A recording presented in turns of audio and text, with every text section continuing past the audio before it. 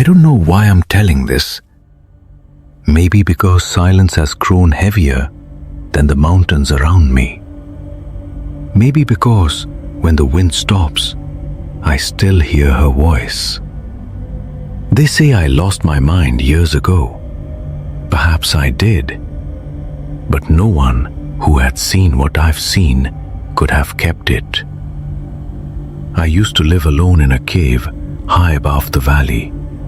I was blind then, a craftsman who made ropes by touch and patience.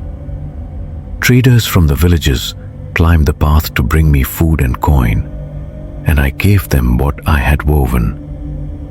The darkness was my world, familiar and still. I had learned to live inside it until one night when everything changed. I heard her before I smelled the rain she carried with her.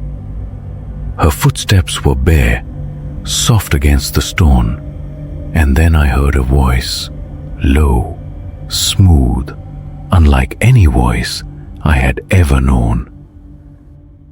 "Blind man," she said, "would you like to see again?"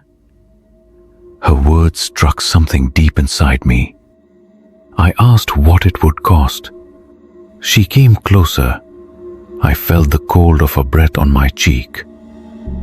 "Marry me," she whispered, "but never ask who I am or where I come from." I had nothing, no sight, no family, no reason to refuse.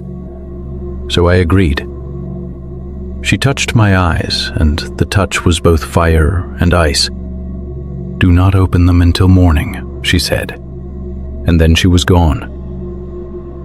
When dawn crept into the cave, I opened my eyes, and light filled the world. The mountains glowed gold, the fire burned red, and by the entrance stood the woman, beautiful beyond description, her dark hair alive with the sun. She smiled and said, "Now you can see me." I called her Layla. We were married soon after. She made a home in my cave, and for a time we were happy. She gave me 3 daughters, each of them bright and full of laughter. I worked, they played, and for the first time in my life, I thought I understood what peace was. But it never lasted long. Layla never slept through the night. Each midnight she would rise and leave, returning only at dawn. When I asked where she went, she smiled and said she went to watch the stars. Yet when she came back, her eyes were not filled with starlight, but with something darker, emptier. One night, the old elder of the village died, and I went down to the burial ground. As the mourner stood in the moonlight, I saw her. She was at the edge of the graves, still as a shadow. When our eyes met, she vanished. That was when fear began to grow inside me.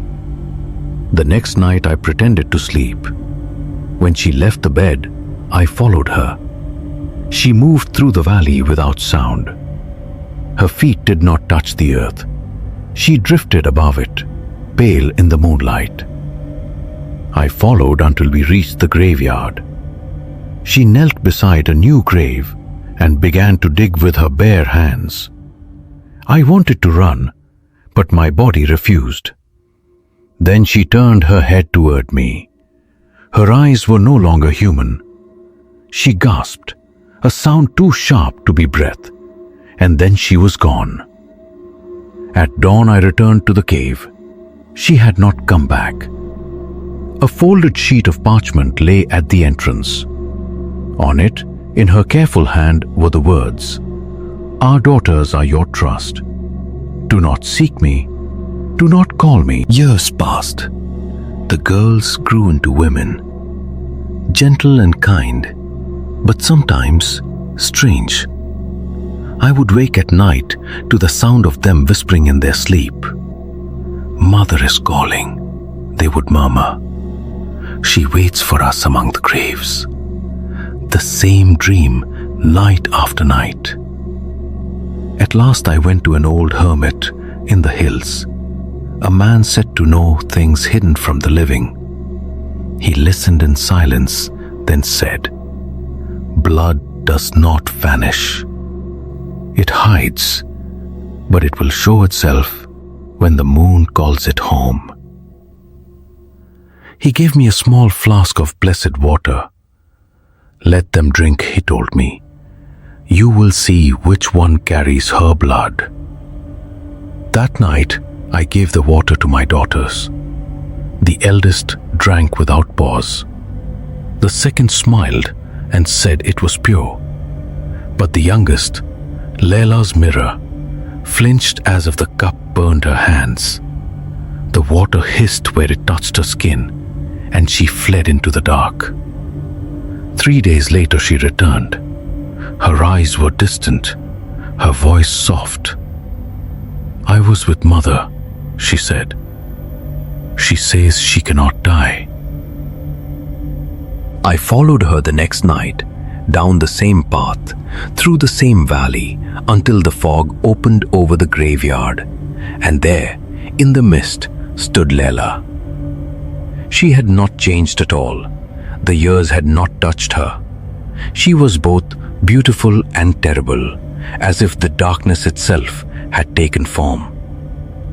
I turned away and fled to the hermit once more. He handed me a book bound in blackened leather. "If you would face her," he said, "speak her true name, but beware, each word you utter will cost you something."